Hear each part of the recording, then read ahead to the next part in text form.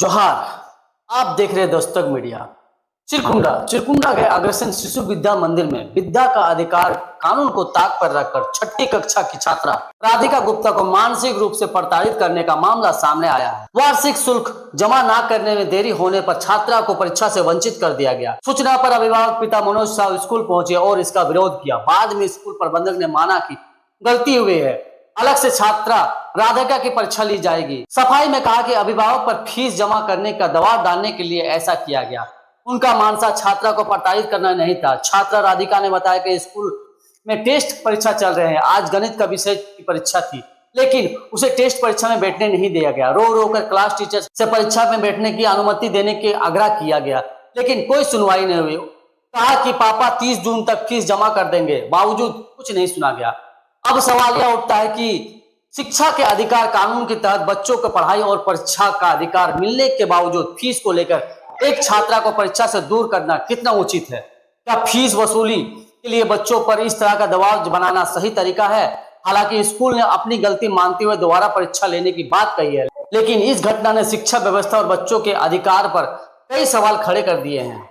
जोहार, आप देख रहे हैं दस्तक मीडिया। आज हम चिरकुंडा के अग्रसेन सरस्वती विद्या मंदिर आए हुए हैं। यहाँ एक मामला है एक बच्ची को लेकर, जिसका कुछ फीस बाकी है और अब अंदर में एग्जाम चल रहा है।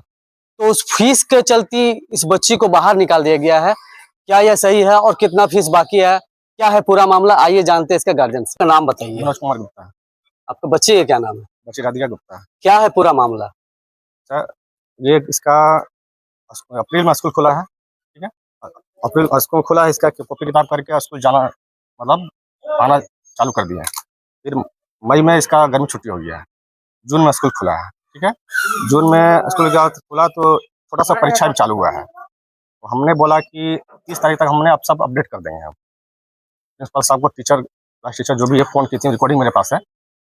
हमने बोला कि 30 तारीख तक सब अपडेट कर देंगे। इन लोगों का एक ही बात कहना है कि नहीं, जब तक फीस रीएडमिशन नहीं कराइएगा तभी बनने देंगे, तो बच्चा को ले जाइए। एकदम डायरेक्ट एक ही हिट करना है, बच्चा को बाहर। कितना फीस बाकी है?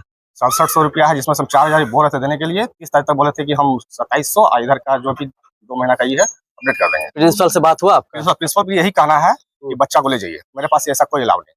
आपको नोटिस दिया गया था? नहीं, कुछ नहीं, कोई नोटिस नहीं पढ़ रही है बच्ची 4 साल से पढ़ रही है और ये स्कूल प्रबंधक का कहना है कि बच्ची स्कूल का नहीं है। नहीं है, हाँ।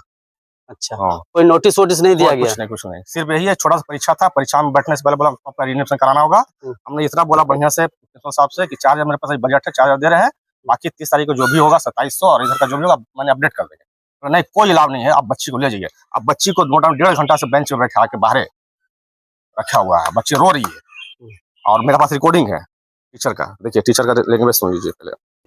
तो जैसा आप देख रहे हैं, ये बच्ची अगर इस स्कूल का नहीं है, जिस तरह से स्कूल प्रबंधक बोल रहे हैं, तो ये कार्ड कहाँ से आया इनके पास?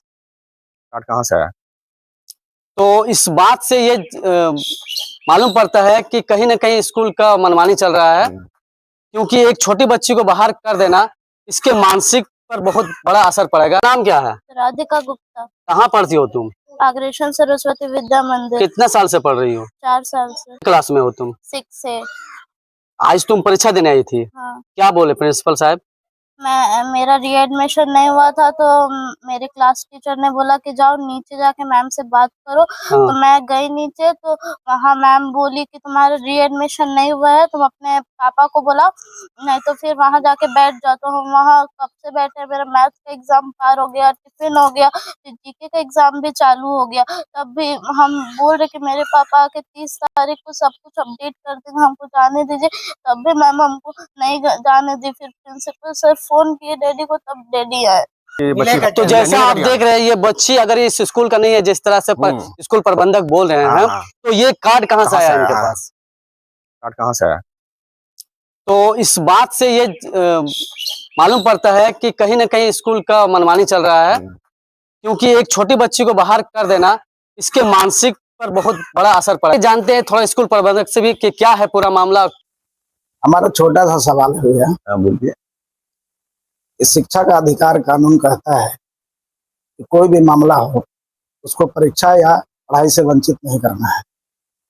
गार्जियन के पास फीस बाकी है, चाहे जो भी मामला है, वो गार्जियन को आप जो भी कर सकते हैं, लेकिन बच्चे को आप परीक्षा से वंचित नहीं कर सकते या पढ़ाई से वंचित नहीं कर सकते। इस पर क्या करना है?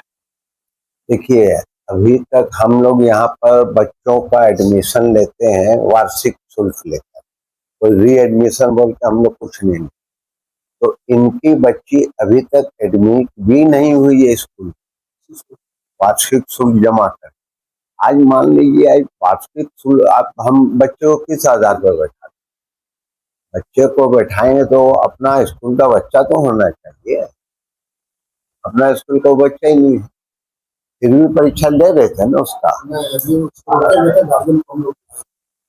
एडमिशन तो एक ही बार होता है 1 क्लास में, री एडमिशन का तो है ही नहीं। सालाना एडमिशन शुल्क चूंकि लेते हैं। पास की तो ऑटोमेटिक वो दूसरे क्लास में चली गई, तो एडमिशन का तो मामला नहीं है, फीस का मामला है। ठीक है, हाँ, वार्षिक शुल्क, अगर वार्षिक शुल्क नहीं दिया, गार्जियन दोषी, मैं मानता हूँ इस चीज को, लेकिन बच्चे को प्रताड़ित करना ये कहाँ तक जायज है? ये बच्चे को प्रताड़ित नहीं किया गया, इनको 10 बार फोन किया गया, फोन नहीं उठाते। आखिर आज कैसे आ गए? 10 को आदमी को लेके आए हैं और ये फोन उठाने का ऐसे फुर्सत नहीं है। तो गार्जियन का दोष भी देखना होगा ना। हम लोग 1100 बच्चों को पढ़ा रहे हैं, गार्जियन दोषी मैं मानता हूँ। 100 बच्चों को हम लोग फ्री पढ़ा रहे हैं, ऐसा बात नहीं। 3-4 साल से पढ़ रही है बच्ची इस स्कूल में, और मान ले जाए 6 साल से पढ़। हाँ, लेकिन ये हम बता रहे हैं कि कानून कहता है कि एक मौलिक अधिकार है, आप बच्चे को परीक्षा से चाहे पढ़ाई से वंचित नहीं कर सकते। आप गार्जियन को बोल सकते हैं, सब मान रहे हैं हम इस चीज को। इतना दिन हुआ कोई क्लास से बाहर इनको नहीं बैठाए गए, बच्चे पढ़ा रहे हैं, सिस्टमेटिक पढ़ा रहे हैं, सब पढ़ा रहे हैं। तो क्या आपका बच्चा रेगुलर पढ़ रहा है जी? तो क्या आप मानते हैं कि परीक्षा से पढ़ रहा है ना? आपके बच्चे को बोला 3 महीना से अच्छा सब मत बोलिए यहाँ। तो क्या ये मानते हैं कि स्कूल टीचर चाहे क्लास टीचर परीक्षा से बच्चे को वंचित किया गया है, ये मानते हैं आप? नहीं, परीक्षा तो अभी दिलाते हैं, अभी कई को बच्चा ऐसा है सबको। अभी एक भी चल रहा है अभी, तो मतलब देखिए, इस तरह का जो क्वेश्चन आता है, ये पहला एग्जाम है, इसमें हम लोग बाद में भी ले ले। चलिए, इसीलिए पूछ रहे हैं। हम लोग बाद में ले ले। बच्चे का मानसिक असर नहीं पड़ेगा।